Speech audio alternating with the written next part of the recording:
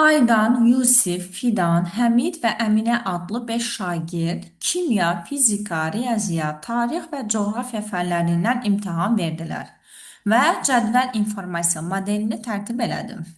Hər şagird yalnız bir fəndən imtahan verdi və şagirdlərin hər biri imtahanda 15, 18, 20, 22, 25 sualı düzgün cavablandıraraq müxtəlif nəticələr əldə etdilər.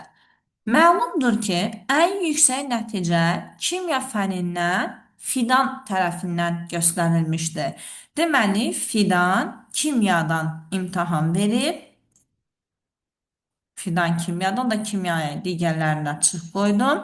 Fidanın da qabağına digərlərinə çıx qoyuram. Və Fidan ən yüksək nəticə göstərib.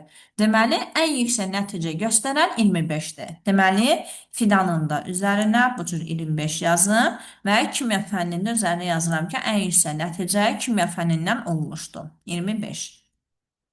Daha sonra coğrafiya fənindən imtahan verən qızlar deyil. Onda deməli coğrafiyadan oğlanlar imtahan verib. Onda qızlara coğrafiyaya çıx yazıram ki, qızlar coğrafiyadan imtahan verməyib. Aydan coğrafiyadan imtahan verməyib və Əminə coğrafiyadan imtahan verməyib. Mütləq coğrafiyadan imtahan verən oğlanlardan biridir. Ən aşağı nəticə göstərən Yusif. Deməli, Yusif ən aşağı nəticə göstərib, yəni 15 dənə düz cavablandırıb imtahanda. Deməli, Yusifin üzərinə 15 yazıram. Və Yusif tarix fənindən imtahan vermişdi. Deməli, Yusifin qabağına tarixə plus qoyun, onda tarixə digərlərinə çıx qoyuram və Yusifin də qabağına digərlərinə çıx qoyuram. Və Yusif tarix fənindən deməli imtahan verib və ən aşağı nəticə göstəribsə, deməli tarix fənindən göstərilən nəticə 15 olub.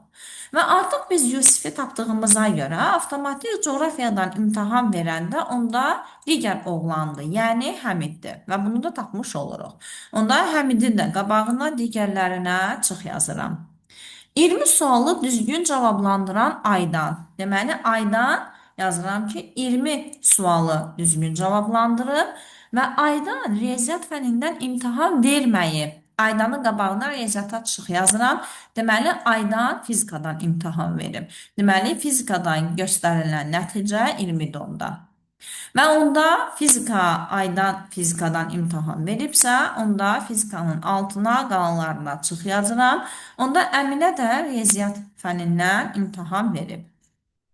Və bizə deyir ki, coğrafiya fənindən imtahan verən şagird, coğrafiyadan imtahan verən, deməli, Həmiddir və o yalnız Fidandan aşağı nəticə göstərib.